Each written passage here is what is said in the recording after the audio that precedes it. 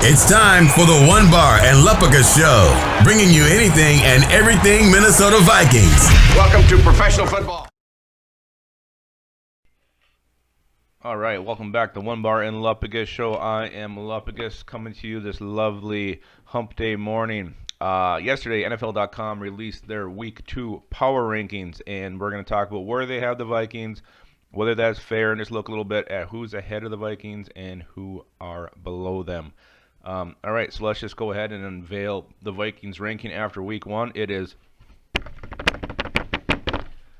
Dan Hanzus has us at number 16. We're dead smack in the middle. A couple teams that are ahead of the Vikings, the Houston Texans. I could give or take that. Arizona Cardinals, I would put way ahead of the Vikings at this point. The Buccaneers didn't look great. Surprised they're as high as they are. They're 13. They got Patriots, Cowboys, Rams, Niners, Seahawks, Steelers, Bills, Titans, Saints, Packers, Ravens, and then the Chiefs at number 1. A couple things that stick out to me here. The Titans didn't look that great. Missed 4 field goals. He got them all the way up at 5. Bills at 6. Beat the Jets at home. That's, to me, isn't really 6th overall worthy. You got a team like the Niners who lost. He's got a 9. Of course, he's basing it a lot off last year's team. Cowboys lost a close one. He's got them at 11. So, overall, that kind of gives you a sense of how this guy's thinking. I don't agree with a lot of those. So, maybe he's a little bit nuts. Maybe he's not. Some teams below the Vikings. Immediately below, we got the Eagles, who lost to the Washington football team, which was very embarrassing. The Colts, our opponent this week, are 2 spots below the Vikings at 18. Got some teams that won, like the Raiders. He's got at 20 or 19. Chargers at 20. Broncos, Bears, Washington.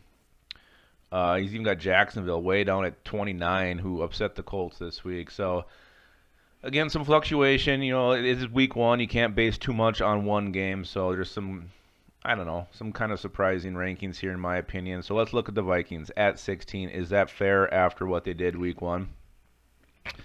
Yeah, you bet your ass that's fair. If anything, it's probably a little bit on the high side. It's just the utter lack of defense that the Vikings showed this week. I don't know how you could have them any higher than 16. I know they played a good team in the Green Bay Packers, but the performance they put on the field, if you were basing this solely off that, I think this is probably a high ranking. But if you factor in the team last year, what were they, 10-6, made it to the NFC divisional round, you got to factor some of that in there week 1.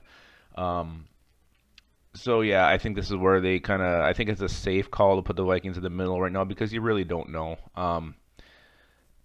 You got an offense that I don't know if we really got to see the true offense. You barely have the ball in the first half, then the second half you're playing catch up the whole game. So hard to judge the offense. You can judge defense because they're out there damn near the entire game, and it wasn't good. There was no pass rush.